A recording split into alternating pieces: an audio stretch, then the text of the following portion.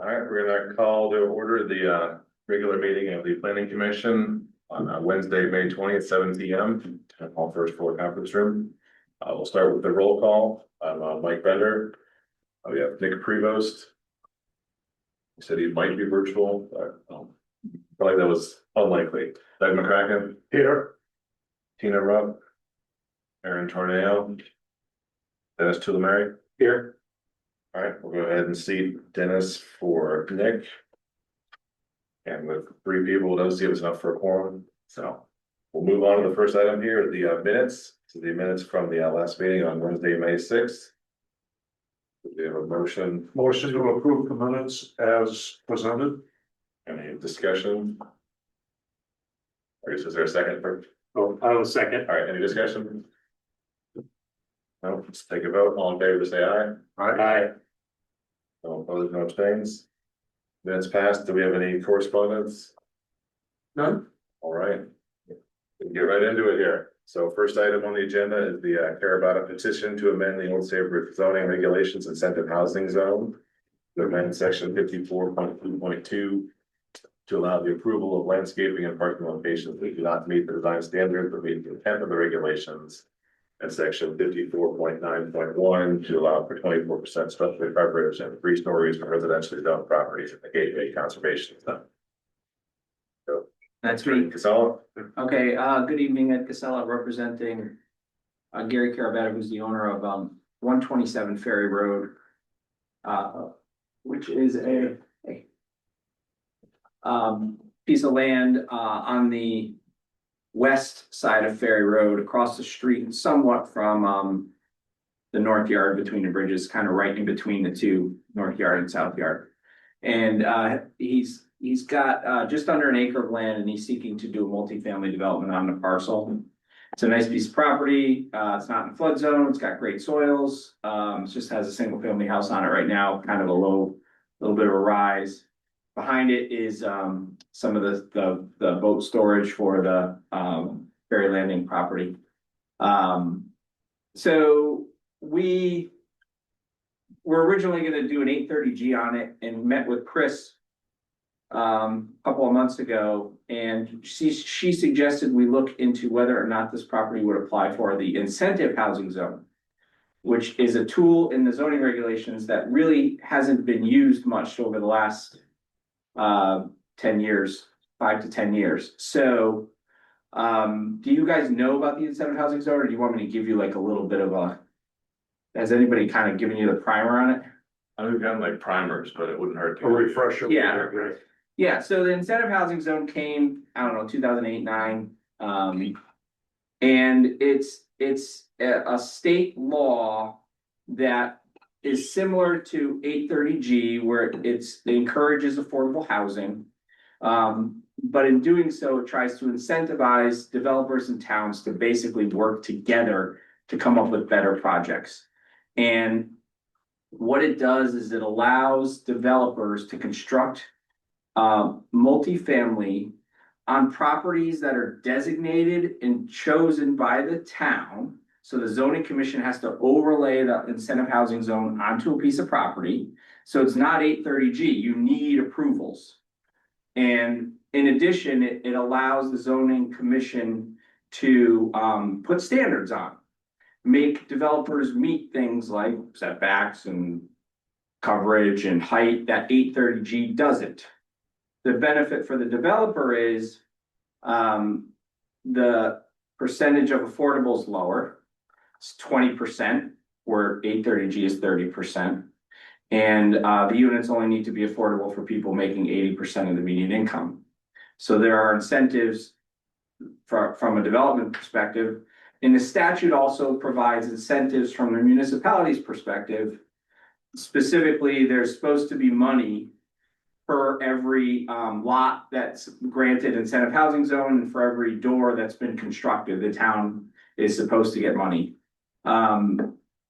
The ferry landing, or not ferry landing, the Hope Partnership project at the soccer field on Ferry Road, a couple doors down, was an incentive housing zone project that got approved, and the town got $30,000 from it, something like that. I forget the exact number.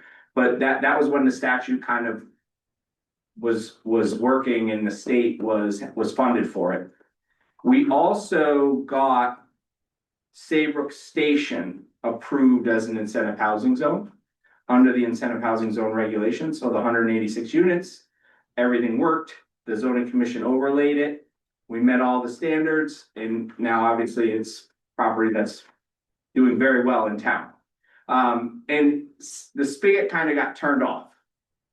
And essentially, Chris has re-engaged with the Department of Housing to say, not, you know, the town doesn't really care about money. If there's a few bucks that come from this, great, but it's a good tool to use for certain pieces of property. And when incentive housing zone actually originally came, the town, I think, I wasn't part of it because the town initiated a lot of the Ferry Landing whole partnership. I think they actually did the whole block, you know, the whole kind of from all of Ferry Road all the way around on the west side of Ferry Road, not on the riverside. And then the state said, no, you can't do that. And so they undid it and just now the parcel. So this is somewhat of bringing that back into this part of town, which already was kind of an area where, you know, multifamily housing could do well. It's a mixed area. There's condos. There's already housing. There's marinas. It's a good area for this type of use. So that's kind of the primer. Chris is engaged with Department of Housing, and I think she's had some productive conversations about, you know, using this project to try to get the incentive housing zone back online. So what incentive housing zone does, which is such an interesting concept because it's unlike anything else in zoning, it actually requires minimum densities. So when you have a piece of property, you're required to build, if you want to build multifamily, you're required to build 20 units an acre. And when you have townhouses, you're required to build 10 units an acre. And when you want to do single family, you're required to build 6 units an acre. So that can be challenging with you know, zoning regulations as they apply. So in this property, this is Residence A. So it's normally 20%, but it's in the gateway. So the coverage actually goes to 15% on this property, which to get 10 housing units, which is what the developer wants, is impossible. So we have the text amendment actually does 2 things, and there's a change. We took out the first request after meeting with Gateway. So essentially, we're asking to text amend for 2 things. Number 1, to increase the coverage to 24%. And number 2, to allow 3 stories, because right now Residence A district only allows 2.5 stories. So the landscaping one, that's. The landscaping one is off. All right. Gateway that's way too wide open for us. So we got the amendment, and I wasn't sure if this was just amending that Yeah. bottom part or replacing the whole. That whole request is off. And so we looked at the landscaping requirements in the regs with their engineer and said, we think we can make everything work. Because they're all garages, so there's 2 parking spaces for every unit built in. 1 in the garage, 1 in the driveway. And so, you know, we feel confident we can make that work. So we took that one out, kind of working with Gateway. So, you know, and there's a good rationale in the incentive housing zone. Normally, because of the minimums that are required, you actually get a 10% bump. So if we weren't in the incentive housing zone, we would go from 20 to 30%. If we weren't in the gateway, we would go from 20% to 30%. But gateway is capped at what gateway is capped at, 15%. So that's why we're requesting 24%, which is slightly less than the 10%, is a 9% bump. I will tell you, I met with Gateway, and they don't have any issues with it. They had an issue with the landscaping thing. We've got to go back next week. But you know, they look at this as, you know, positive from a housing perspective. That the zoning map still has to be amended to include this property. So everybody gets another shot at that. Okay, This is- so the property itself hasn't actually Correct. been added to the IUC. This is yet. just, hey, can we get, right now, the footprints of these units are 650 square feet. And that includes a 300 square foot garage on the lower level. So shrinking it to be 15%, you could see it would evaporate. So, and that's frankly the reason why we're requesting a third story as well, because if you go 600, 600, 600, you get 1,800 minus the garage, and the whole lower level is basically garage and mechanical. So you're left with like 1,200 square foot really units, which for townhouses in Saybrook, those are small, but doable. So that's why getting that full third story instead of just a 300 square foot third story is the two changes now that we're asking the text amendment to be applied to. So, from a plan of conservation and development perspective, obviously this is an affordable housing tool that you're somewhat strengthening and allowing more people to be able to meet the terms of the IHC and fit those densities in. So we believe it is consistent with, several provisions in your plan regarding not only developing housing, but developing affordable housing. No, thanks for the background here. So like, just from the 3 stories, but the maximum height isn't changing. It was Maximum heights, 35 feet. Gateway was pretty, Okay. they were like, look, we understand the stories, but you just gotta make it work. And then it was still like all the architectural design stuff was still apply in terms of making it look right. Yeah. And I was just curious about why do we settle on like exactly 24 versus just giving the 10%? I know, I don't know, 10% yeah. off of 15, so it'd be 25, Yeah, and it would adjust if the gateway regulations were changed too. yeah, I mean, 24 is kind of what we designed to, Okay. so, and that includes like a little extra building, like a gazebo type building, we built in a little extra for that to have an amenity building. Yeah, I may be coming back for that percentage. Yeah, I was just curious, it's like, if we have the boost of 10% everywhere else, why don't we just do a boost, but if we boost out a smaller number? Yeah, So, yeah. I was curious if there was some history or reason. No, it Okay. was a design, and we were kind of sensitive to Gateway, thinking we're asking for too much. So how does this affect the Saybrook Point zones? This is a town-wide reg amendment for any property that's zoned incentive housing. Okay? So right now, the only property in the Gateway that's zoned incentive housing, I think, is what's it called, Ferry? 45 Ferry Road, Ferry Crossing. Ferry Crossing. That's the. So Saybrook Point's not. Saybrook Point, unless the zoning commission puts a property into the incentive housing zone, which it would have to do. There'd have to be a map amendment to do that.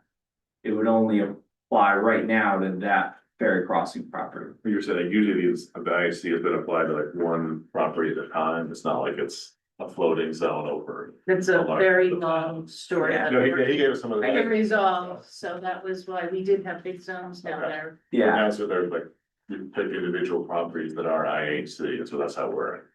If someone wants to use these, they have to do the map to get that property added to the IHC, and then these So regulations would apply. hopefully at some point, we're not gonna go property by Okay. property, and I'm working with the Department of Housing. Yeah. So we can go back maybe to the original Okay. zone that we had, which included this property. Yeah, I mean, long term, I think that would make more sense, because now you're like, oh, this whole part of town here, here's these extra rules that you might have access to versus having to, Yeah. do the application. That's the goal, but we. Yeah, no, I'm trying to, yeah. I understand what Not you're to reduce our zone at one point, saying. and I think there's been a little bit of a change of opinion. Never mind. Any questions on this one, Dennis? No, it seems really straightforward and, as you were saying, it's kind of, it's a very focused effort, and it seems to be, like a good application for this particular development, so until we're talking about the broader zones, Yeah. yeah, this seems to apply. And it could, like Chris said, I think it could very easily open up and get applied to a number of properties over there and get those turned over and redeveloped positively. So, I have some tasks to do before we get there. Yeah. And Yeah. the, we're taking baby steps. I said it at the time, but the Public Act 25-1 has been focused. Sure, You yeah. other- This is not Fires, taking yeah. away commercial property from multifamily, Exactly. I will note. And this will make, like all the density states, so there's density minimums and like coverage minimums, but like septic requirements and everything else, you still have to meet that, so it's, assuming the property meets all that, this is kind of. And zoning can say no, you know, that's the thing with an incentive housing zone application, we have to come in with, you know. Meeting all the regs. Not like 830G where they, you know, have a more difficult time saying no. To me, I think this, this does, agree, I think with the plan, we want to increase opportunities for, affordable housing, and this kind of gives developers another tool to use, with, like you said, kind of give them a little bit more control over how and where they do it. Right. But Yeah, like, the more tools and the more ways we can kind of encourage and enable developers to what we want to be doing. right. I agree, and I think in this particular property case, and the fact that they're going to be smaller units naturally, that helps somewhat naturally with the affordability aspect of it, right? If, somewhere that's comfortable in that kind of footprint. But honestly, right now, we're looking at, this is the change to the regulations, not necessarily like one particular property. Do anything else? Nope.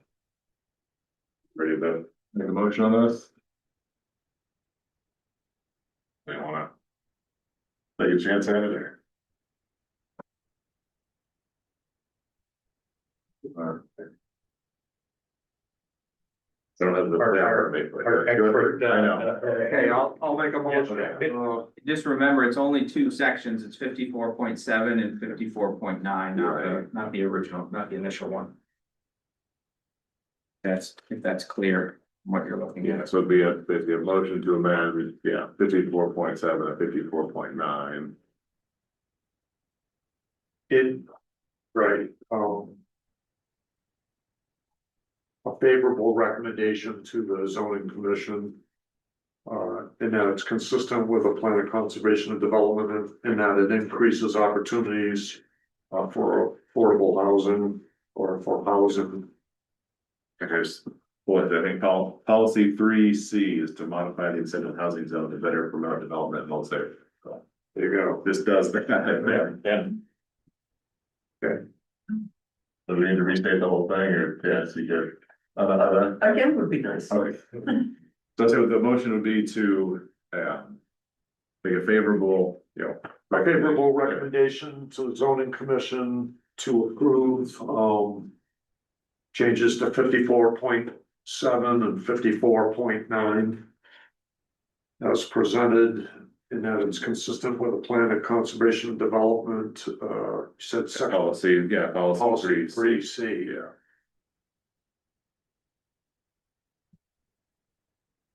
And I can second that. Any discussion? We'll take a vote, all in favor, say aye. Aye. Opposed, abstains. Thank you very much. Okay, we have Chuck Chadwick to join us too from the Housing Task Force. Speaking of housing. How are you?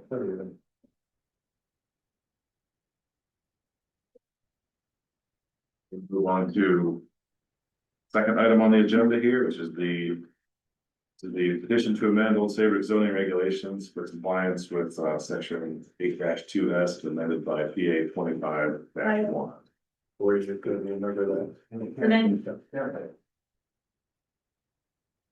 We have, definitions for mixed use middle housing, summary review applications, lots more sort of details in that. You're here for this one, Chris? So- Pretty much, we've talked about this several times. There was a presentation from RiverCog. You're aware of the new laws going into effect on July 1st of 2026 that open up business zones to residential uses is what's called a summary review process, which is something we really didn't have on the books. Rivercog hired, we joined in with Rivercog, they put together some proposed text through IMAG, their consultant. That text was very, very helpful. When it originally, what they proposed went through every section of the zoning regulations, not every, but it would change the parking section, the housing section, so what I did was I took the IMAG text, I made it into kind of a regulation change that you would typically look at if we changed all the sections. And then what happened was, as I was discussing this initially with our attorney and then with the zoning commission, it really didn't make sense to scatter all these changes through the regulations because, as we're all aware, every time there's a new session, something changes. So it's a little bit different because it includes in this new section 57, mixed use middle housing and the parking overlay zone all in one, since they're connected. Usually we have like a mixed use overlay or mixed use middle section and a parking management overlay, but the thought would be as the laws continue to change, we have everything in one place. So mixed use middle housing, the 2 to 9, mixed use, the definitions pretty much are showing compliance. What we did was we went through the different districts where business districts where housing is now exempt. So we change and remove that special permit requirement. And we kind of added text exempt for mixed use middle housing from the 2 to 9. Let me just kind of go page by page and you have something. Yeah. Okay, so the second page goes through those same changes before Saybrook Point. And then what we did was, so we did change section 51 of the regulations to add a purpose statement to include that site plan is also intended to satisfy what's called now summary review. I just want to make sure I was sort of understanding, because we're still requiring a site plan, everything's in that section here. I think like 25, you can't require a public hearing for it.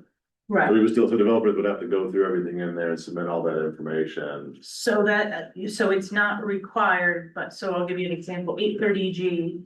We're not required to have public hearings. The zoning commission voluntarily has been holding public hearings because people say we're trying to exclude them from the process. So we thought if we could have them, so it's not, we can't require it, but we voluntarily do that to include the public. So Are we now like prohibited from public hearings with the 25.1 or this? you're prohibited from requiring them, but you Okay. may hold them. Okay, And so like with 830G and most site plans, you're not required to have a public hearing, but for public participation, involvement, transparency, people are like, oh, I didn't know about that, so we've always many times, especially housing developments, we do hold them, but we're not required to hold. So that's our practice, okay. which would continue, I would assume, with this as well. So page 3, the mixed use middle housing and parking management overlay. This is the purpose to meet Public Act 25-1. We've added in general, it was a whole new section. This is to demonstrate compliance. However, what we did add in general is this does not prohibit an applicant from using the underlying zoning regulations for housing and parking if they choose to do so. So if someone wants to go through and use the mixed use accessory apartment regulations on Main Street rather than mixed use middle housing, they can do that. And the thought was, why not? Yeah. And So why? it's not replacing what's. So IMAG did a great job. They put a number of different things, and what they tried to do is convert the mixed use housing to go through the 2 to 9, and then the incentive housing zone for 10. And then as they started changing definitions and things, I don't think they realized some of the definitions that we defined were actually related to incentive housing zone. So we know that, but they didn't realize how tangled up it was. And I said, well, wait a minute, we have to have this definition for this. Now we're taking it out. So this was our solution. Mixed use middle housing. It talks about, pretty much refers you kind of back to the site plan requirements. But it acknowledges that, you know, the application fee would be the same as the site plan. Referrals for public health and safety, and rather than write them all out. Page 4, the standards. So, this one you're gonna be, I think, a little bit familiar with. Because rather than reinvent the wheel, this mirrors what you have or we have for the mixed use housing on Main Street and the B1 a little bit. And we tweaked it. So mixed use middle housing from 2 to 9. And I'm just gonna go through and it identifies an A, all the commercial zoning districts, which we corrected earlier. We added, this was our text from, I'm just gonna pull up the B1 mixed use. They would not be rented for a duration of 30 days or less. That's to avoid bed and breakfast and Airbnb type. No fewer than 2 or 9 will be permitted. That's the statute. Only 1 building per lot. That was from the statute. Yeah, that's the one I was curious about here. It's the example I was really like, there's that like Saybrook. I think sort of building there, and like the community music school is, I think there's like 3 different buildings there, and they have like housing on top of all of them. Like having this like only 1 per lot would just like prevent it, say something like that from happening. Okay, so the zoning commission did discuss that a little bit, and they said, well. Let's see how it goes, and we can always fix it, you know what I mean, versus opening, but I mean, you can make that. Yeah, I mean, I suggestion think as like well. most of the lots, do have one, but understand them like, if some like the shopping centers, Mm-hmm. for example, wanted to do this kind of incentive, this would basically prevent them from doing that. But we could amend. I Yeah, think that was- Yeah, and I know this is like, we have the tight timeline of getting this all Mhm. approved here, so. So you could make that suggestion Yeah. to them, you know, some could consider. Which one is that, Mike? It was on page Item- 4, D, where it says only 1 building per lot may contain residential. And you're gonna see that in item Yep. D for the next Yeah. section, we get to 10 or more, so That is- consider D, so more than 1. All right, so the next one talks about lot area, so you would meet all the regular setbacks.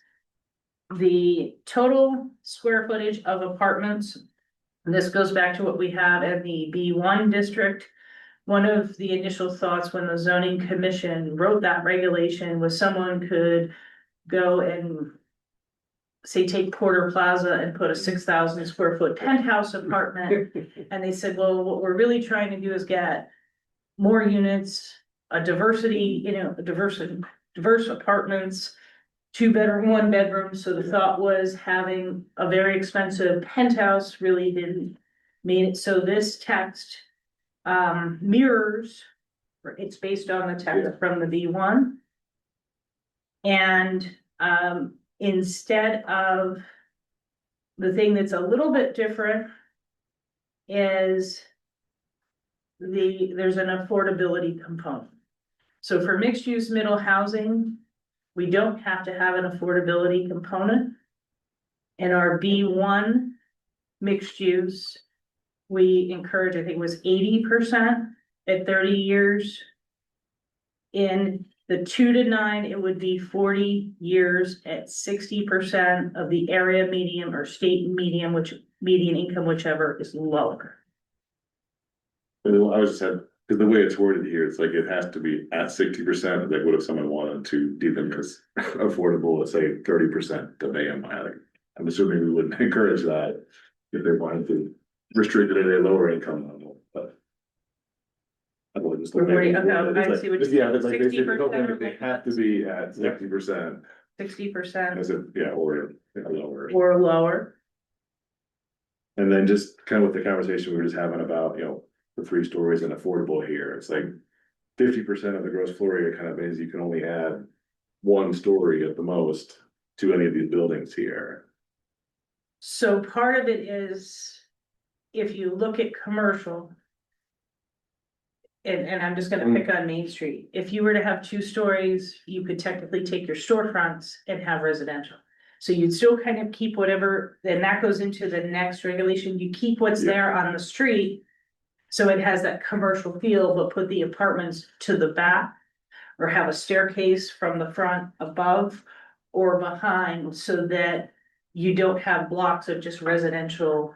Yeah, no, I like that. I was just really thinking that if you had a 1-story all commercial building, if it's only 50% of your gross can be residential, it only lets you to add, like, say, 1 other story on top of it. Right, Right, it should be like 50% per story. but I was just, yeah, or am I reading it? I interpreting think it you're, wrong I here? think you're, so you could have a 2.5-story building and you could have the second floor. Hmm. The rear portion of the first floor and the half story is apartments, as long as the ratio goes to the 50%. So when I measure, like, this gross floor area, are you adding all the floors together, or is that just like footprint of the building? Gross floors, all the floors. Okay, so that's what I was really like, if half your building, 100% of your building is commercial now, that's 1 story, you could only add 1, you couldn't add a story and a half, or you couldn't add a story and something out the back, you'd be, Sure you can. but then you'd exceed 50%, So you could, if you have a commercial building yeah. and it's 800 square feet. Yeah. And you add 800 square feet of apartment, Now you have 1,600. Yeah, and then you could add a half story or whatever else, so you can add on to it to make the number meet the 50%. all right, I guess, yeah, I was really, are we limiting the amount of people can do by having this not exceed 50%? If we don't make it, it's like,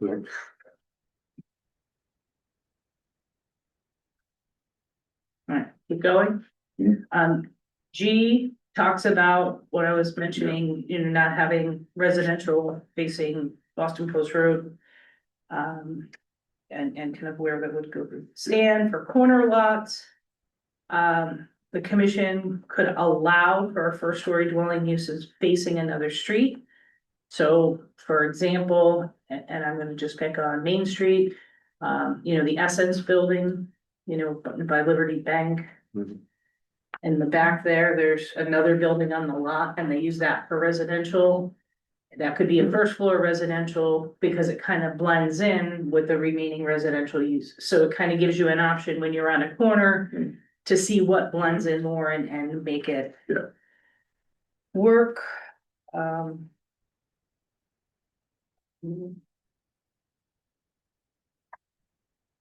It has to be what's permitted in the zone, mixed use middle housing will comply with design standards, so the new public act allows you to have design standards, we had those put in Article 6 from incentive housing. No off-street parking is required unless the property is in a parking management district. That's the new law, and we'll talk about parking management when we get there. So on to page 5, this is for units 10 or more. It's pretty much the same text with a few changes. First of all, the 10 units or more would be in the B2 or B4 zone within a half mile of the train station ticket building. So it's not all of B4 and B2, it's only that, Well, part of the intent of it, yeah, this is TOD. right, So that was saying, okay, let's try to concentrate, get people closer to the train station for access, to bus walkability and so. actually, I remember the Bob's comment about the radius, I think it was from. Like, is the radius Yeah, yeah, the right but, measurement around given how much of the train station is like not accessible, or. It might be half an hour in a radius, or half an hour on a radius, but it's actually like, a mile and a half. You want to get there. No, It would be that's a better to very, expand it out more on the south side, make it bigger, but it's only on that side of Bedford. okay. Let me go through. This one. I'm just gonna go through the next change here. Is, the same language about square footage of apartments. And then we did if 12 or fewer units are proposed, 30 will be at 40%. 40 years at 60%, and we can add that same lesser in there. If more than 12 units are proposed, the units will be deed restricted 40 years at 60 and 40 is a mix.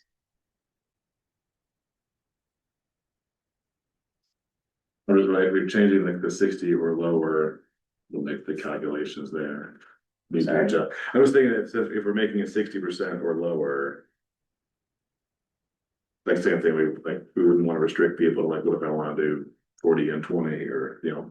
Yep, so that I just, Like, do we adjust the? I know, I calculations think that for as the well? E- Kind of same idea, but encourage. so for E, 57.3.2 E. We'll add something, We're like no more than 15% can be 60% or something. you can go as low as you want. Yeah. So for anywhere where it addresses that, and that's Yeah. an excellent point. But I think the idea of encouraging that if you have more than 12 though, that some percentage of them have to be, you know, at a much lower level, like is there a way to. You know, cap the number that can be at 60 and then we want to encourage them to do more. Right. The lower percentage. Exactly. And I mean, that's the thing we have a hard time with is we, Yeah. you know, we've got these 80% units, you get. At rate units going for 3,200 a month, and then you get, you know, you get an 1,800 one here and there and. I mean, that's, yeah, that's like the number one complaint, like, oh, it's affordable, but So Right, this, still $2,000 a month. Correct. And you're, we're doing minimum wage, it's not. Not affordable, Affordable but expensive. yeah. Mhm. So pretty much everything here is the same. That's it. And then the only change on the next page that there is. No off-street parking required unless it again is in the parking management district. Yep. So parking. We added in our regular, or we added to this section, the requirement. For 25-1. Residential units for 16 not located. That requirement, and then the one space for each efficiency and 2 spaces for 2 bedrooms. I mean, this is right out of the new law. Parking needs assessment, so this pretty much also out of the new law says that. You could go through, someone could come in and say, we don't need that much parking. And I think we went through this all. Yeah, well, remember, like, that wasn't, that parking needs wasn't defined, so I like that we put some guidelines in there as to. There's a lot of gray areas in this. What we're going to accept as a parking needs assessment. I guess, just going back to 57, just the residential with 16 or more, or 16 or fewer, and 17 or more. Like those things outside of the PMD, it doesn't have to be this missing middle, like that's anywhere in town if someone wants to build under 16, these parking rules, like they're not. This like 16 or fewer isn't limited only to this missing middle area, right? That's just everywhere. Unless it's in a parking management Right. district, and we'll get into Yeah, the yeah.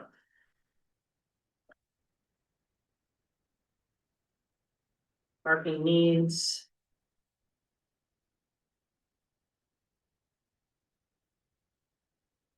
The one thing that we did add is on-street parking will not be counted towards satisfying the parking requirement of residents for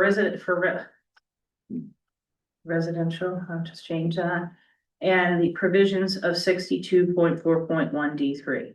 Parking will not apply to the residential use. So what that means is on Main Street, if you have a property, you're allowed to count the spaces immediately in the front towards your parking count for the lot. So if you're required to have parking, we don't want you to use the on-street parking because people go in and out of the businesses. We'd really like to see the off-street parking, so that would eliminate that from being counted for it by changing the other regulation. What else we do? But no, I was, initially sort of, hesitant of that because, there's lots of parking on Main Street and they, like the parking with activist group said like 40% of our like, Main Street area is already like off-street parking, like we have so much parking on Main Street, like, does it really hurt us? But at the same Well- point, if I'm a business owner, I don't, and I have apartments there, if someone's living there, there could be car parked there for days. Per week, right, on yeah. end. So this also. And I understand, the need for that, yeah. And but it also goes down in 62.4.1 D3 and it expands it. Beyond Main Street, so. Here, here's an example. Hanford Commons. Mhm. If that was a new development. Right now, if it was fully developed, and there's 30 units on one side, another, there would only be 7 on-street parking spaces. Now you look at look at the uses nearby, you've got a pizza restaurant, you've got another restaurant, they're crammed for parking. Other than public parking spaces on the street, you're not allowed to park on a town road. So how do you have a mixed-use development where you have no public parking, like on Main Street, Yeah. we have it. But really, other than those 7 proposed spaces and Main Street, we don't have on-street parking, that's public parking. And we don't have public parking lots unless you're on Main Street, so where do people park? So I get what you're saying, Yeah, we're like, trying to 'cause we don't want- reduce yeah, it, I think that, but I the think intent that- was we don't wanna restrict people's ability to build housing based only on parking. but there's towns, like, my understanding is Middletown's having a big problem because there's not enough parking, because now we have this residential component. Right, Towns are suffering a little bit, because you do wanna reduce the need for parking. But in a lot of ways, though, I don't think we're working on it between sidewalks and TOD and all of that, but. Bus service, some of the bus stops are being eliminated. Some people can't get to where they need to work without a car. Mhm. So we're moving towards that, but I don't know if we're there yet. Right. yeah, I think part of it, like, encouraging people to move with that too. But I guess there's situations, and when we had Saybrook Station. If I lived at Saybrook Station and there was rain like today or a snowstorm. Would I walk to Stop and Shop? Probably unlikely, you know what I mean, and those are the things that. Jump the fence to lock it's not. But I'm saying that's, That's a different problem. yeah, but we're getting there. No, yeah, we're getting there, and I was sort of like, I think the idea of, I think, I think the street parking should be more for like, I think those sort of commercial uses here. Mhm. And I was sort of like wondering for this town, so I would read through it, you can only count like the spaces directly in front of it. But if we expanded that so that maybe you can turn, if you already have an off-street lot, that could be entirely for your residential, and you could meet your entire sort of commercial need. Just with street parking, if we sort of extended the range that you could count. If I need 10 spaces, there's only 3 in front of me, but there's, 50, within the next 5 lots here. Use that street parking on Main Street, it's a flexible space and it's supposed to be shared by everybody anyway, like we're kind of expanding. The way we count parking for businesses, give them the freedom to then open up what may already be an off-street lot they have, only for apartments if they build them. But I guess Yeah, how many yeah. off-street, how many public parking lots do we have in town, other than the train station and in the park across the street? You have to have public access, you No, can't well, say I was park like at, the street park, like you would, if you can use more of the street parking to meet your business parking requirements. Then a lot of the properties on Main Street already have off-street parking. Then now that could be used to meet the residential need, whereas like right now, if you need to save so many of the streets and like the spot behind your building. but now you're adding second floors and expanding Yeah. buildings, so you have to think of it that way too, you have the existing uses. It doesn't necessarily mean you're Mm-hmm. Yeah, I converting. mean, I don't, yeah, I think I kind of agree with that, we don't want to. Encourage, new residential and then have those people required, I think. To be on the street or taking up, spots in like the town lots, 'cause that's, especially unless we're, charging for permits, and that's a whole different. Situation to get into. And we can always fix any of those. You know what I mean? It's. And I'm sure we're gonna have to fix something, because the Right. laws will change again, Right. and it'll be something, Yeah. New? That's, the way it is now, let's have a bunch of demand Yeah, until we say, oh, well, we have a parking problem, let's, yeah, Then we put up some meters. Right, yeah. Oh, no. And you just raise the price until the rent goes. Right. Sorts itself out over time. Yeah, it does. Okay, so then that's pretty much Yeah. it for the text. So then you've got two maps. One is really hard to read, the other one is a little bit better. The parking management district. So you're allowed to have four areas of 4% of the area of the town is parking management. So since mixed uses in business zones, we were able to include the entire B1 and B4 zones and parts of B2 and B3. And again, we can always, if there's too much parking, we can always reduce these zones. We can't make them any larger. And really, I mean, the PMD is kind of like, that's where these sort of modified. The rules that we are sort of requiring these parking for this housing is this whole area here. Which that kind of makes, because this is where we have just opened up to residential that wasn't before.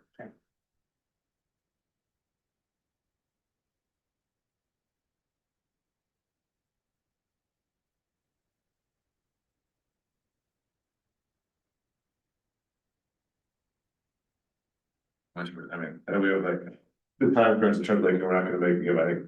I don't think there's anything that's like, roads issues that need to be like, changed for right away. Here we talked about like the percentages are lower, some of the simpler ones here, but. I think just over time, I would like to sort of revisit some of the parking here, but maybe it makes sense that you're saying that has to kind of. Let's see how this works out here. What I don't wanna do is end up with. We're now paving over more space. Right. In And our make- main business to make more parking, when Right. we've got lots of parking lots that are already empty. Oh, I don't think we have any capacity to repave in certain areas. That's also. I mean, I think really where we're at is everyone thinks that this is new development. We're really in kind of an infill development Yeah. stage, taking existing buildings and existing parking. And then as those come in, we can add landscaping and more from because we can do that through those design schemes. So it's like any other project except now, we would look at it in a business zone, except it's not a special permit. You can still add the landscaping and the parking would get configured, but I think there are several buildings with second floors that have office space that's underutilized. Or retail, whatever it is that's not rented, those would be prime opportunities, for that. I think we'll learn more from the DOH study that's going on now in terms of why we haven't seen uptake from what our current regulations are here. You wonder some of those same, whatever they learned would probably could apply to Continue. many of these areas here too, so we may have some more learnings and other adjustments and recommendations that come out of that later, so that might be the right time to kind of maybe take a second look at it.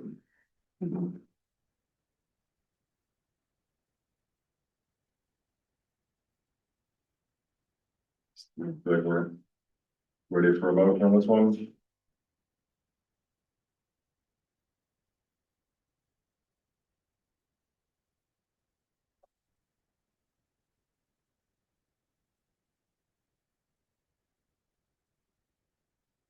So you had comments, Mike, on 57. Yeah, 57.31 B B, and then 57.32 E. Yeah, it's the E same and F. comment to those, yeah. So anywhere where there's Sections a there. reference You know, to, affordability percentage, it could be That's like the max. the maximum, and you can add a lesser, so instead of 60%. It could be 60% or less. and then just on page 6, it's just kind of a nitpick on B in the top.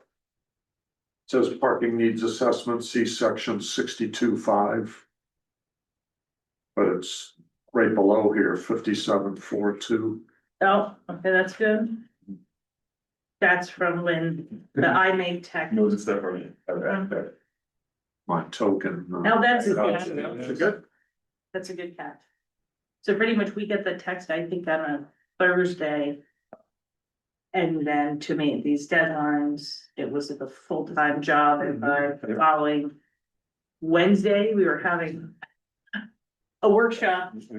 And those have their hearing, yeah, June 1st is when they're. Mhm.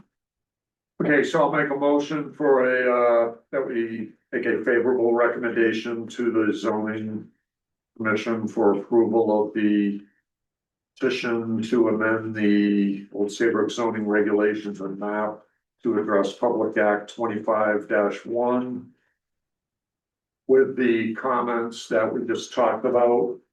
And it is consistent with the action items in section 3 of the plan of conservation and development. With policy 3, on the residential before there. The residential development section, the action items in section 3. Okay. The section 3 action items. It's on page 18. Yeah. Seems to cover. Yeah, so yeah, increase residential development densities in targeted areas. I think that's one of the purpose of 25.1. Do we have a second? I'll second that. Any further discussion on that one?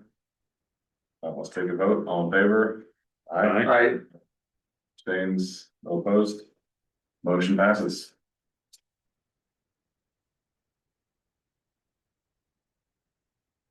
Okay, actually, pretty we need two, complicated for us. we need two motions of this one, basically. Because the map is a second. Or you Okay. can add the zoning map, the Okay, petition and the map. Boom. So they're gonna amend the motion. if we're all okay with that. Yeah. Yeah, Because we, that, yeah, that was the intent. yeah, it was, yeah. I didn't realize that was They the used to same almost thing, do that, the with just the same map. Okay.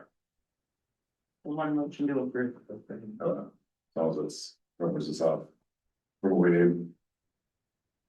And then the next item on is, we have the workshop for the report on findings.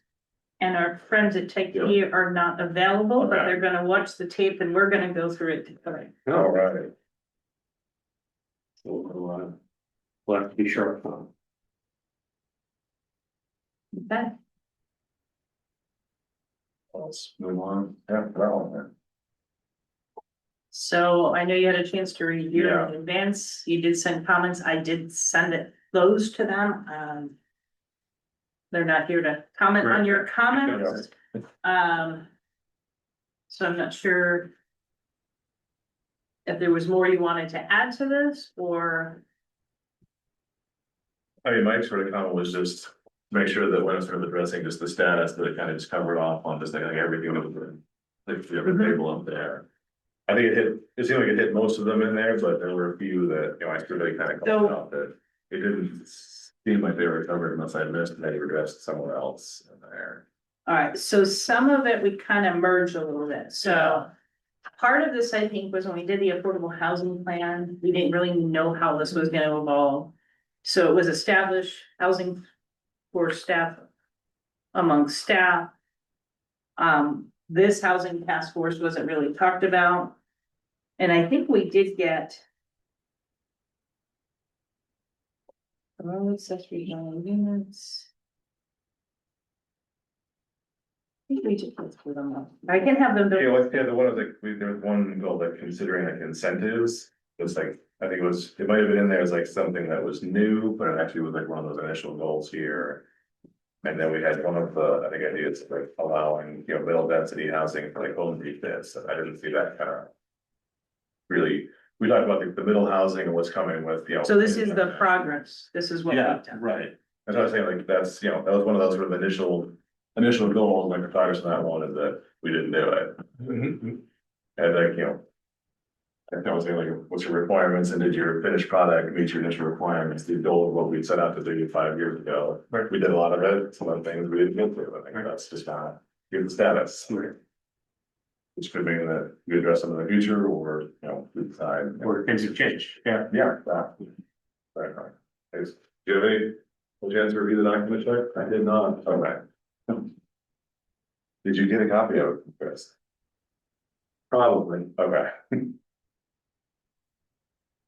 I mean, I think some of these were a little bit preliminary and have changed. I mean, look at what we have. Promote ADUs as a concept. Well, I mean, I think we're doing pretty good with ADUs. We've been doing some outreach that was in here. We've been doing articles and things like that. incentives for accessory apartments. And there was, at one point, there was a little bit of discussion about that, is that a lot of single family homes may not want to deed restrict their property for resale, purposes. And I think that was kind of abandoned a little bit. Develop a tax abatement program for accessory rents. I kind of get the impression overall, a lot of these restrictions on accessory weren't gonna work unless it was a tax abatement, but I think anything where you're really putting a deed restriction on a single family house is kind of a tricky one.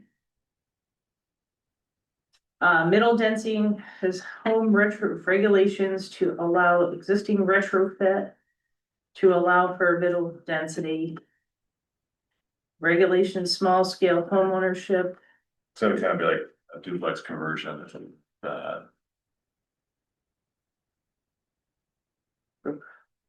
So that really didn't, I mean, I guess it's maybe it's just some things we need to, yeah, that's. what my thing is. Consider I'm not when you saying that say- yeah, I didn't necessarily, if it was in the initial sort of thing, like a goal here, just we had some comment that either we addressed it, we did it, we're in progress, because I think you did a good job of capturing a lot of these, that was one that I just think.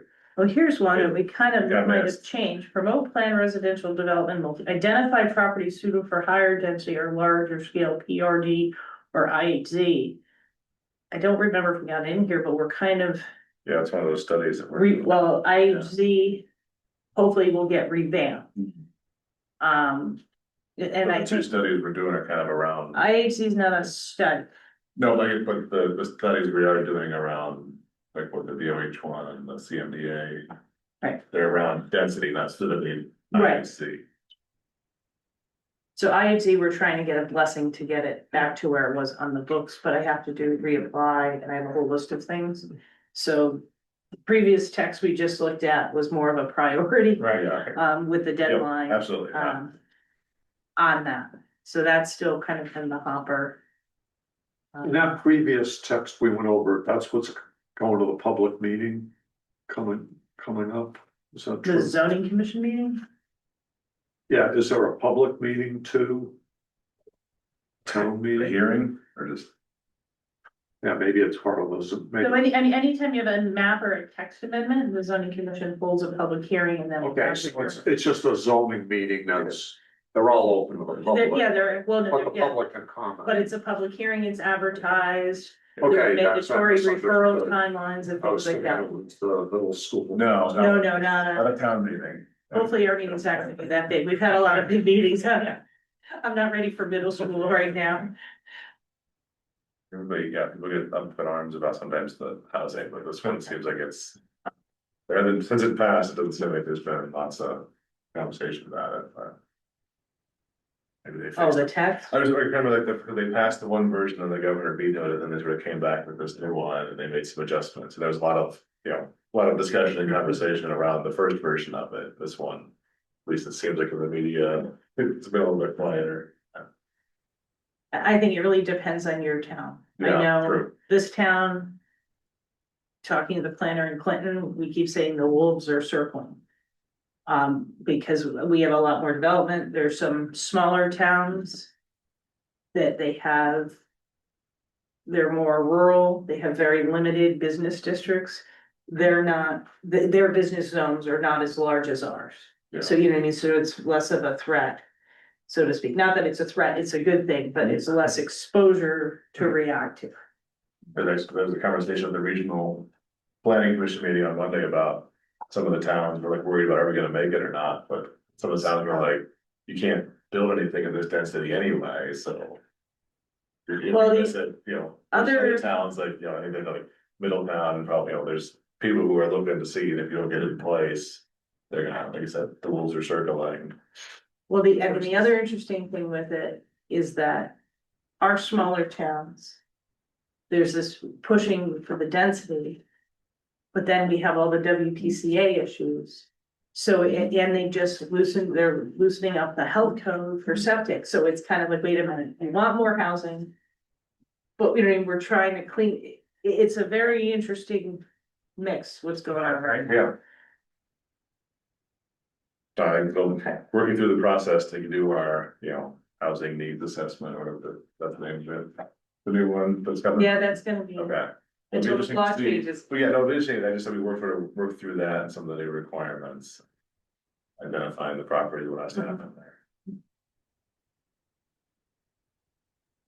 I mean, my comment was just to kind of like, Okay, just tie it off to that and like make sure we've either discussed and we made progress. and maybe just say there's Or certain, just, or someone just, maybe no progress, just isn't the update. If it's- maybe just a paragraph, these are things that Yeah. We just never get- we get didn't to it, pursue just or talk was about it. too Right. preliminary to do it. And whether if there's a reason or not, then that's kind of okay too, but just. Maybe it's more about, it was in this one, I at least know. Right, it did just disappear, Yeah, just forget about it. But no, overall, I thought it was really good, summary, kind of capturing all the work we did, over the last year, discussions we had. So they'll just review our recording and then we'll get another version. And then finalize and bless it. And there's no time frame on this, right? So I went back to our timelines, and we're supposed to report to the Board of Selectmen of where we are. Okay, But when we had that initial timeline, we didn't realize. Yeah. All these changes would happen because our next step was to start Yeah, not adopt. we were planning, we're gonna have to write our next version. of the Version. affordable housing plan of what the assumption. But I think talking, to the region and different folks, we're so far ahead on this, because we've done all this work. So I think we're in good shape. Yeah, no, I think it was time well spent, and good information already gathered here, and we'll be ready to go when the region comes calling here. And then we should probably we can send it to the Board of Selectmen and maybe have a member or two go and just kind of. Yeah. Talk about, this is what we've done, where we are, and Right, yeah, it's not we really, go from there. it's not a new plan, it's sort of like almost established. And send it to the zoning commission and Yeah. kind of, Absolutely, yeah. show everybody, okay, this is where we are right now. We'll figure that out. So then just in terms of kind of the bigger picture, Chris, so there's a lot of changes happening, right, regarding housing, we have these updates. What does the pipeline look like? Has there been are you seeing kind of steady development and kind of a normal pace? Or do you think there's a backlog of development waiting to see how this shakes out? For housing, Yeah. I mean, we're kind of steady, I mean, we're getting smaller things, but I don't think it has anything to do with the changes in the laws, we're getting 830 Gs. Yep. And I mean, right now, it's commercial, I mean, Okay. zoning is meeting. I'm going to 2-3 meetings a week with what's going on, our zoning meetings have been running 3.5 hours. I mean, we've got, I guess we're jumping into staff, I mean, it's like Yeah. rolling We into really it. need a vote or a motion on the housing task force, like, are we done with that conversation, should we move on to, was your question, Dennis, kind of related? to the Yeah, housing task force? Yeah, it was mostly about the housing, I was wondering just kind of because obviously the goal of a lot of this is to see. A bit of an increase in development and affordable development and. I guess we'll have to kind of continue to wait to see, do these changes increase or accelerate? And that really is gonna be based on the July one, right? Yeah. But I mean, overall, kind of going through with what's been happening, I'm just gonna look back at my calendar here. Other than worrying about what we're writing for the next tech Right. change. One of the things, the ferry landing project that doesn't have housing, we're having a lot of commercial, the Max's Place addition. But housing 91 Sheffield just got approved for the 4 units. We've got where the Blue Crab was 16, is it 16? I forget the number of units, it's a small development. 8 units maybe over there. where's that Blue Crab? Remember the Blue That Crab restaurant, the glass restaurant? Yeah. Okay, So, Like a flat lot for a long. yeah. And I mean, it kind of makes sense, there's not, people are like, I'm gonna put a drive-through dump in there, I'm like, there. There's like the Apple nursing home on one side, Mhm. yeah, that's sort of, like mobile home, park on the other, it's, hotels or apartments across it. It's either 6 or 8 units there. And we kind of get small stuff trickling in. July is really gonna be when we're gonna see what's See, gonna yeah. happen and people start using it. Obviously, the Ethan, Hanford Commons, you saw that, the other side of the street, that got approved. But, I mean, if anything, I think the ADU regulations, people really took advantage of that, even though it's not deed restricted. Right. So, anyway, We but should come back in like a year and see, like, Yeah, based on your, like, is our number of, residential units getting applied for more than we had, in the last few years, or is it Right. business as usual? well, I mean, I think we'll see it, cause there's gonna be allowed in more places. But I don't think it's Yeah, gonna be, if we had sewers, I would say, yeah, the floodgates are open, but right now. Yeah. I think. there's other, Mhm. there's other hurdles. Yeah, that's, Mhm. that's our biggest constraint, I Yeah. think, for. Right. Yeah, it's interesting, you drive through Connecticut, like up in the northeastern corner, there's just like thousands of acres of Yeah, right. open land, and here we are Mm. trying to jam everything into, or Saybrook. And that's It's- what, it's gonna be infill development, you know what I mean, I Yeah. can see buildings. And I'll pick up like the 900 building, and a building like that where you have, people in and out, or open office space, there's a number of places like that, but there's. Another business that desperately wanted to put apartments and couldn't make the septic work. So it's gonna be, it's gonna be challenging. Yeah, and that's where some of like, sort of this CMDA stuff could come into play, where like in that case, if they couldn't make it work, or they have to, make deals with other property owners, and like, can I share your septic or add stuff here? Well, Yeah, you have to get creative and how that would all, So I have a meeting tomorrow with CMDA. I think I told you they're not gonna use a consulting firm for zoning. Yeah, That got postponed till, okay. so I don't have anything to report. That'll be tomorrow. The WSP Main Street Jacobson study is plugging along. I'm hoping maybe in June we'll have an update on that. I think everybody's just busy. I had our meeting with the Department of Housing today on, just our quarterly report, so, they're fine with it, we're within our timelines. Go from there. So really, my staff report is, it's been about housing or regulatory applications. No, I know we got the 25-1 stuff, that was one of the biggest, deadlines and fires we're all working on, so. So any other representative reports? Not for me. I think, the 25-1 is kind of the main line of conversation with the regional, Right, river Jobs. dogs, that's what they're all about. Yeah. So, everybody's worried about how they're gonna do it or where they are in progress. The other thing too, if you missed the coastal site plan review. Oh, We're gonna put that Okay. it should be on the land use education. There was some good discussion. Some of it, is a lot of information, and it's kind of crammed into, if this happens in the spreadsheets, but. There was some good discussion on coastal access, and there was some. And what to ask for, what to require, and kind of looking at some scenarios for. When you do a site plan review. I know you haven't had many. Yeah, because we don't have that when they come up, it's. No, I know. Always know what to do. So maybe the next time you have one on the, Yeah, on the app, yeah. on the agenda, watch the video for the refresher. Big good one there. I mean, with that, I think we're, motion to adjourn? Motion to adjourn, Second. all in favor? Aye. Aye. All right.